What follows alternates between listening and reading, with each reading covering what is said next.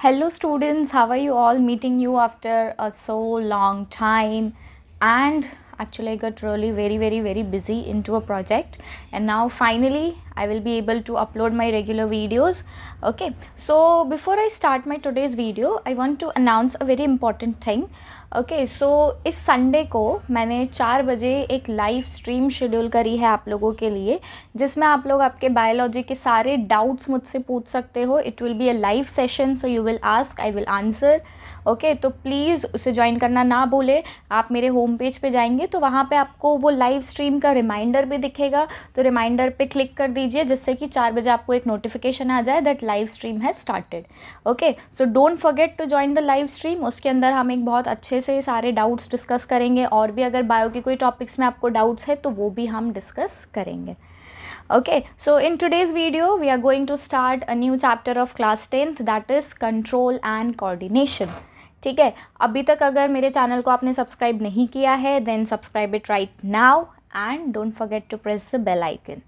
Okay, so let's get started. So today I'm going to start with control and coordination. ठीक है, चलो before I start this chapter एक हम general introduction देख लेते हैं कंट्रोल एंड कोऑर्डिनेशन. अब मुझे बताओ कंट्रोल की मतलब क्या होता है, कंट्रोल का मतलब क्या होता है. देखो, जैसे हमारे घर पे है रिमोट कंट्रोल्स, जिससे हम एसी को कंट्रोल कर सकते हैं, टीवी को कंट्रोल कर सकते हैं. ठीक है, now there is control for everything. तो वैसे ही हमारी बॉडी को भी क्या ज़रूरत पड़ती है, एक मास्टर की, एक कंट्रोलर की, क्योंकि हमारी बॉडी में ट्रिलियंस ऑफ सेल्स है. हर एक सेल अपना अपना फंक्शन कर रहा है. स्टिल एक कंट्रोलर की ज़रूरत है जो देखे कि सबके फंक्शन सही से हो रहे हैं या नहीं हो रहे हैं. ठीक है, so that is about control. Coordination बहुत ज़रूरी है ना. अब जैसे आप कोई इवेंट में जा रहे हो और आप क्या देख रहे हो, वो जो एंकर है वो अनाउंस कर रहा है कि अभी ये लोग आके डांस करेंगे, और आप देख रहे हो कोई आके गाना गा रहा है, तो आप क्या करोगे, हंसोगे, यार इनमें तो ज़रा भी कोऑर्डिनेशन ही नहीं है, हंसोगे ना. तो वैसे ही हमारी बॉडी में भी कोऑर्डिनेशन की बहुत ज़रूरत है.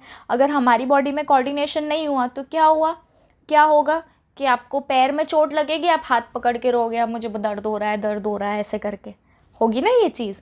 ठीक है, तो हमारे में कोऑर्डिनेशन है. आपने खाना खाया, उसके बाद डाइजेशन शुरू हो जाता है. हार्ट बीट कोऑर्डिनेशन से जारी है. ठीक है, आपका रेस्पिरेशन. तो हमारी बॉडी का हर एक सेल एक परफेक्ट कोऑर्डिनेशन में है. आपकी बॉडी का हर एक पार्ट कंट्रोल में है, तभी आपकी बॉडी प्रॉपर फंक्शन कर रही है, वरना आपकी बॉडी प्रॉपर फंक्शन नहीं करेगी. ठीक है, तो अब आपका कंट्रोलर कौन होता है. So brain is the controller, brain is the coordinator. अब ब्रेन क्या है, तो ब्रेन के अंदर होती है न्यूरॉन्स का मतलब होता है नर्व सेल्स. नर्व सेल सबसे ज़्यादा इम्पॉर्टेंट है, जो ये सारी चीज़ों को कंट्रोल और कोऑर्डिनेट करती है. इस चैप्टर में हम बहुत अच्छे से फोकस करने वाले हैं न्यूरॉन्स यानी कि नर्व सेल्स के ऊपर. इस चैप्टर में हम लोग देखने वाले हैं प्लांट्स के अंदर कोऑर्डिनेशन कैसे होता है, और एनिमल्स के अंदर कैसे कोऑर्डिनेशन होता है. ठीक है, अब प्लांट्स के पास तो न्यूरॉन्स नहीं है, नर्व सेल्स नहीं है, तो जो प्लांट्स का कोऑर्डिनेशन है, प्लांट्स का पूरा कोऑर्डिनेशन प्लांट के हॉर्मोन्स और प्लांट की मूवमेंट से होता है. एनिमल का कोऑर्डिनेशन हार्मोन से भी होता है और हमारा न्यूरल सिस्टम से भी होता है. तो एनिमल के सिस्टम को हम बोलते हैं न्यूरो एंडोक्राइन सिस्टम. क्या बोलते हैं हम इसे, न्यूरो एंडोक्राइन सिस्टम. ठीक है, यानी nervous as well as hormonal. Hormone को हम बोलते हैं एंडोक्राइन.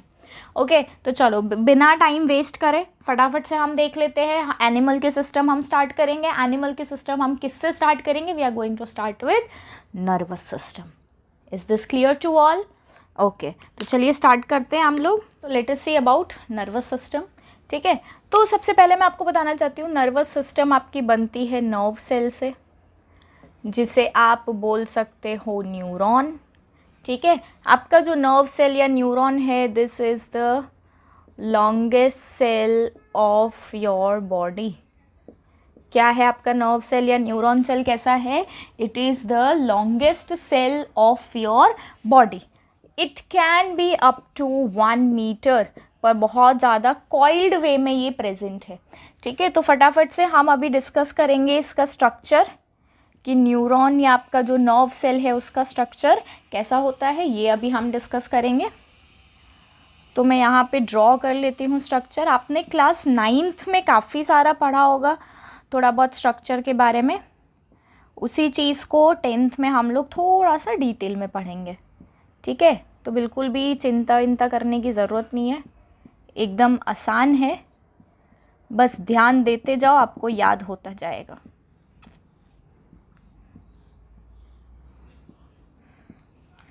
तो ये बन गया मेरा एक न्यूरॉन. ठीक है, इसको अभी मैं फटाफट से लेबल कर लेती हूँ. ये जो ब्रांचेस है इसे हम क्या बोलते हैं? Dendrite.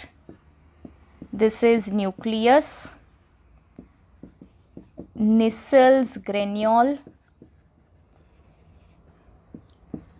Axon, myelin sheath. Don't worry, ये सारी लेबलिंग्स मैं आपको समझाऊंगी. ठीक है, nerve ending, or you can call it telodendria. यहाँ पे आएंगे node of Ranvier,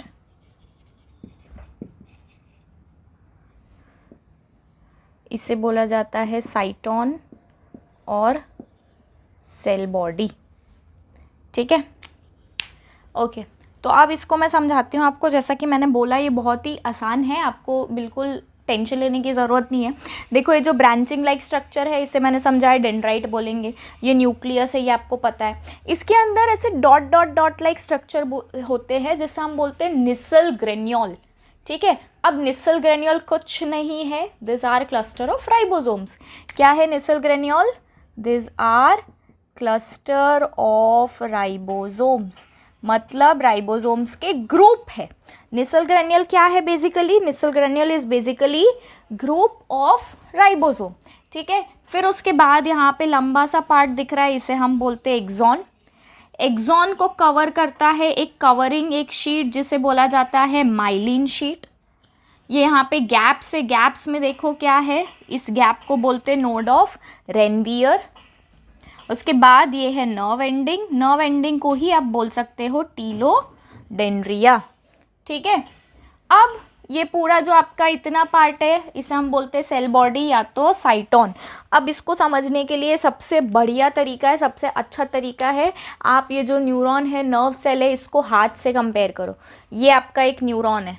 ठीक है, अब ये अगर आपका न्यूरॉन है, ठीक है, तो आप क्या देख रहे हो? ये देख रहे हो आपकी फिंगर्स. तो ये क्या है? डेंड्राइट्स है. ये है आपका साइटोन सेल बॉडी, इसमें न्यूक्लियस है. और ये है आपका एक्सॉन, और ये वाला पार्ट है आपका नर्व एंडिंग.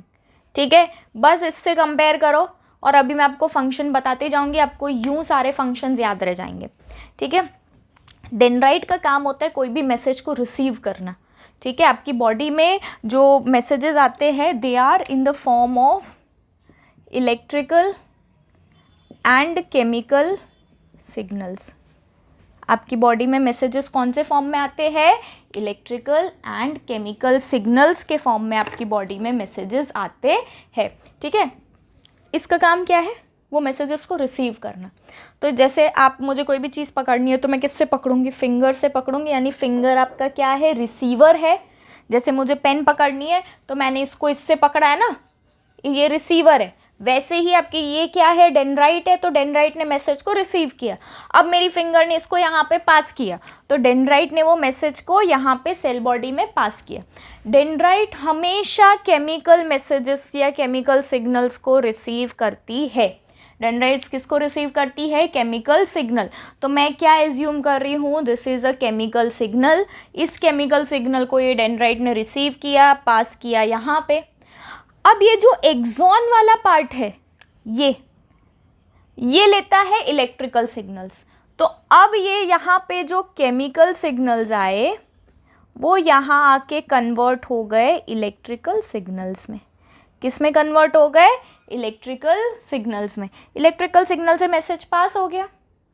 अब एक न्यूरॉन ख़त्म होती है, बीच में थोड़ा सा गैप होता है, फिर नई न्यूरॉन स्टार्ट होती है। वो जो गैप है उस गैप को बोला जाता है साइनैप्स। साइनैप्स को मैं ऐसे लिखूंगी, जंक्शन बिटवीन टू न्यूरॉन्स और गैप बिटवीन टू न्यूरॉन्स। ठीक है, अब ये एक्चुअली में कैसे काम करता है, ये जो माइलिन शीट है, ये जो इसका कवरिंग है, ठीक है, ये माइलिन शीट होता है इंसुलेटर। सारी न्यूरॉन्स के पास माइलिन शीट नहीं होता, ये भी मैं आपको बता दूं। माइलिन शीट का काम ये है कि ये जो मैसेजेस यहाँ से ट्रांसफ़र हो रहे हैं वो बहुत फास्ट ट्रांसफ़र हो, इसके लिए होती है माइलिन शीट। तो जो न्यूरॉन्स के पास माइलिन शीट प्रेजेंट होती है उस न्यूरॉन को हम बोलते हैं myelinated neuron.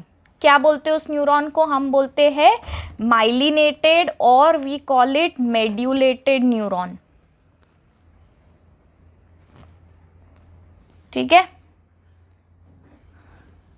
So as I told you, जिस न्यूरॉन के पास नर्व सेल प्रेजेंट होती है उसे हम बोलेंगे मेड्यूलेटेड और myelinated nerve cell. I think this won't be visible to you, so I am writing over here मेड्यूलेटेड और माइलिनेटेड न्यूरॉन। जिसके पास माइलिन शीट प्रेजेंट है, जिसके पास नहीं है उसे हम बोलेंगे नॉन मेड्यूलेटेड और नॉन माइलिनेटेड न्यूरॉन। अब मैंने आपको बताया कि ये जो माइलिन शीट है उसका काम क्या है, वो बहुत फास्ट कंडक्शन में हेल्प करती है। अब मैं आपको बताती हूँ कि वो कैसे फास्ट कंडक्शन कराती है। ठीक है, तो ये आपका एक्सॉन है। ठीक है, ये क्लियर है, ये क्या है आपका एक्सॉन है। यहाँ पे ऐसे माइलिन शीट है, माइलिन शीट इंसुलेटर है। ठीक है, इंसुलेटर का मतलब क्या होता है, do not allow electricity to pass. Insulator का मतलब है do not allow electricity to pass. अब क्या होगा, इसके अंदर जैसे ही एक्सॉन में, जैसे मैंने बताया एक्सॉन में कैसे सिग्नल्स आएंगे, इलेक्ट्रिकल सिग्नल्स आएंगे। ठीक है, तो ये जो माइलिन शीट है वो यहाँ से इलेक्ट्रिकल सिग्नल्स को पास नहीं होने देगी। तो इलेक्ट्रिकल सिग्नल्स कहाँ से पास होंगे, जहाँ पे गैप है। ये गैप को मैंने बताया ना क्या बोलते हैं, इस गैप को बोलते हैं नोड ऑफ रेनवियर। तो आपके सिग्नल्स जो है वो नोड ऑफ रेनवियर से पास होंगे और इस वजह से क्या होगा, ऐसे सिग्नल्स जंप करके पास होंगे। यहाँ से सीधा यहाँ, यहाँ से सीधा यहाँ, बीच वाले पार्ट से पास नहीं होंगे। तो इससे क्या होगा, स्पीड ऑफ कंडक्शन बहुत ही बढ़ जाएगी। क्या होगा, speed of conduction will increase. तो बहुत फास्ट मैसेजेस पास होंगे। तो ये काम होता है माइलिन शीट का कि आपकी जो स्पीड है मैसेजेस पास होने की उसे बढ़ा देते हैं।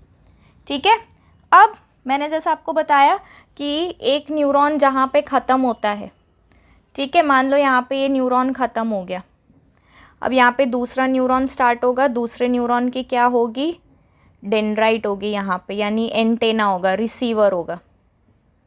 तो यहाँ पे बीच में ये गैप है, ये गैप को बोलते हैं साइनैप्स। क्या बोलते हैं, ये गैप को बोला जाता है साइनैप्स। यहाँ पे इसका नर्व एंडिंग है और इसका नर्व बिगनिंग है, यानी कि इसका डेंड्राइट है। तो ये जो इलेक्ट्रिकल सिग्नल में मैसेज यहाँ पे आया वो यहाँ साइनैप्स में दोबारा कन्वर्ट हो जाएगा केमिकल में, क्योंकि डेंड्राइट सिर्फ केमिकल सिग्नल्स ले सकते हैं। ठीक है, तो यहाँ पे दोबारा केमिकल में कन्वर्ट हुआ, फिर जब ये एक्सॉन को देगा तो दोबारा इलेक्ट्रिकल में होगा, फिर यहाँ पे गैप होगा, दूसरा न्यूरॉन प्रेजेंट होगा, तो वापस वो केमिकल में हो जाएगा, इलेक्ट्रिकल केमिकल। इस तरह से आपके सिग्नल्स इलेक्ट्रिकल और केमिकल इम्पल्सेस में पास होते रहते हैं।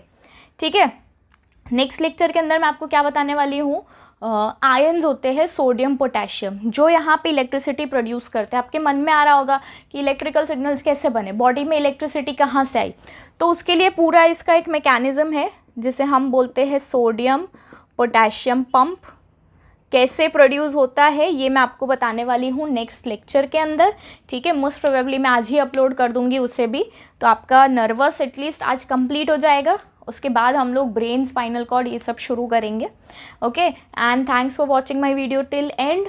Don't forget to join the live screen on Sunday, okay. Thanks for watching, bye bye.